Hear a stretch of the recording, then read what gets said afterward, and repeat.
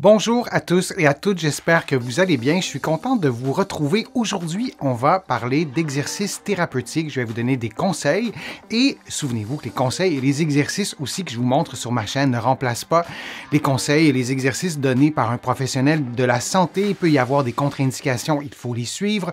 Vous devez aussi adapter les exercices à vos capacités, à votre condition. Si vous avez par exemple un problème musculo-squelettique, vous allez trouver plusieurs des exercices que je vous propose aujourd'hui dans mon livre Plus jamais malade et aussi dans mon livre sur le vieillissement pour contrer les effets du vieillissement et aussi mon livre pour soulager les douleurs au dos et au cou. L'exercice de la stabilisation lombaire à quatre pattes, c'est un exercice qui permet de stimuler des muscles qui sont situés des deux côtés du tronc et c'est ce qu'il faut retenir de cet exercice-là.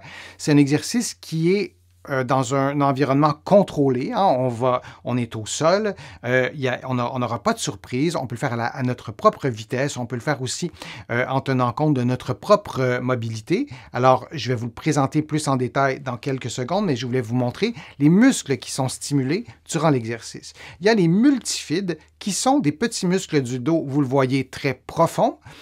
On peut toucher à ces multifides, mais ce n'est pas si évident de toucher à ses propres multifides. C'est pour ça que je vous les montre, mais c'est des muscles essentiels. Vous voyez qu'ils sont situés très, très près de la colonne vertébrale. Alors, lorsque ces muscles se contractent, ils ont un effet de stabilisation, évidemment, lorsqu'ils se contractent en co-contraction avec d'autres muscles, notamment les abdominaux. Il y a aussi les muscles qui sont stimulés. Là, il y en a vraiment plusieurs, je ne vais pas les énumérer. Vous voyez les multifides en profondeur, mais vous voyez aussi d'autres muscles, des muscles qui sont longs. Et vous voyez qu'il y a des muscles qui partent du bassin ou près des fessiers, hein, qui vont jusqu'aux omoplates. Et il y a aussi des muscles qui partent de la tête et qui descendent vraiment plus bas, en bas des omoplates. Alors, il faut se rappeler que les muscles du dos, ce sont les muscles que par exemple, les muscles que vous voyez en ce moment, ce sont des chaînes de muscles qui vont travailler ensemble en co-contraction et l'exercice de la stabilisation vous permet d'utiliser et de stimuler ces muscles-là qui sont essentiels à la santé de plusieurs articulations. On va stimuler le transverse de l'abdomen qui est un muscle en profondeur qui stabilise le bas du dos. On va stimuler l'ensemble des abdominaux, notamment les muscles obliques qui sont importants, encore une fois, pour les mouvements de la vie de tous les jours, mais aussi pour stabiliser toujours cette région du dos. Dans quel contexte on peut faire l'exercice? Pour quels symptômes? Pour quelle pathologie? Par exemple, il y a des patients qui ont des problèmes discaux. Je vais aller rapidement, mais je voulais vous présenter l'ensemble des possibilités. À gauche, on a un disque sain, donc on a du gel à l'intérieur et on a les fibres du noyau du disque qui sont normales.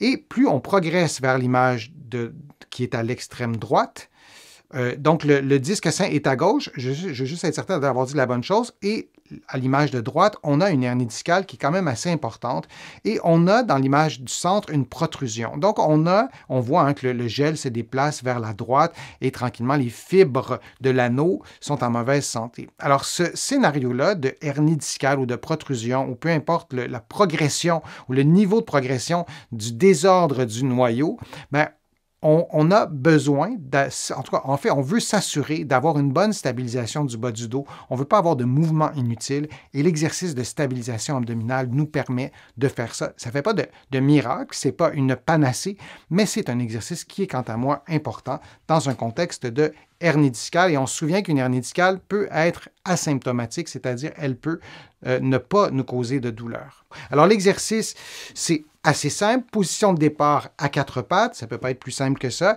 Et lorsqu'on fait l'exercice, ben, on va lever, par exemple, le bras gauche avec la jambe droite et on va s'assurer de faire une ligne droite, comme vous le voyez en ce moment, une espèce de diagonale avec le bras et la jambe opposée. Lorsqu'on fait l'exercice, et là c'est évident parce que c'est une animation 3D, mais lorsque vous allez faire l'exercice, souvenez-vous de cette animation 3D et souvenez-vous que le bas du dos de la personne et le bassin ne bougent pas. Votre bassin et votre bas du dos va bouger quand même un peu parce que c'est impossible de n'avoir aucun mouvement et selon notre propre mobilité, notre propre souplesse musculaire, mais on souhaite vraiment que le mouvement soit initié par la jambe ou la cuisse et par le bras. Vous pourriez aussi garder la position quelques secondes. Donc, lorsque vous êtes en extension, gardez la position quelques secondes, ça stimulera un peu plus, et vous revenez à la position de départ. Et vous faites une dizaine de mouvements, vous répétez 3 séries, vous adaptez les paramètres à vos capacités, je vous en ai déjà parlé à d'autres moments, et vous allez évidemment faire l'exercice des deux côtés, et vous faites l'exercice en respirant librement. Je vous remontre l'exercice de la stabilisation abdominale. Vous le voyez, c'est vraiment très simple. Vous l'avez vu, vous allez le retenir, vous allez être capable de le faire et vous l'adaptez à vos propres capacités. Si c'est trop facile, vous pourriez mettre un poids au poignet et un poids à la cheville. Vous pourriez tenir la position plus longtemps plutôt que de faire un mouvement de va-et-vient. Il y a moyen d'augmenter le niveau de difficulté.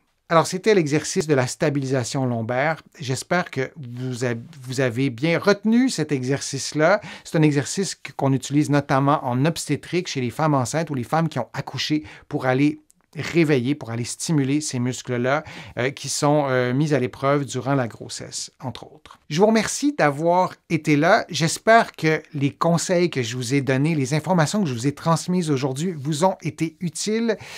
Je vous remercie de faire une contribution à ma chaîne. Vous êtes plusieurs à le faire et je vous remercie et considérez ces remerciements comme personnels. Ça m'aide beaucoup à pouvoir vous produire de plus en plus de contenu et c'est ma résolution de cette année de vous en présenter encore plus régulièrement pour répondre à vos besoins, répondre à vos questions que vous me posez sur les fils de discussion. Je les lis toutes, vos questions, et j'y réponds individuellement quand c'est possible. Sinon, je le fais dans des vidéos. Vous allez trouver beaucoup d'informations sur mon site web, le www.denisfortier.ca. Vous allez aussi trouver beaucoup d'informations dans mes livres, notamment mon livre Plus jamais malade, mon livre sur le vieillissement, mon livre sur les douleurs au dos. Il y en a d'autres, vous les connaissez. Et en visitant mon site web, le www.denisfortier.ca, vous allez pouvoir aussi vous abonner gratuitement à mon infolettre, au courriel thématique et garder contact avec moi. Alors, je vous dis à une prochaine fois, à une prochaine vidéo et à bientôt.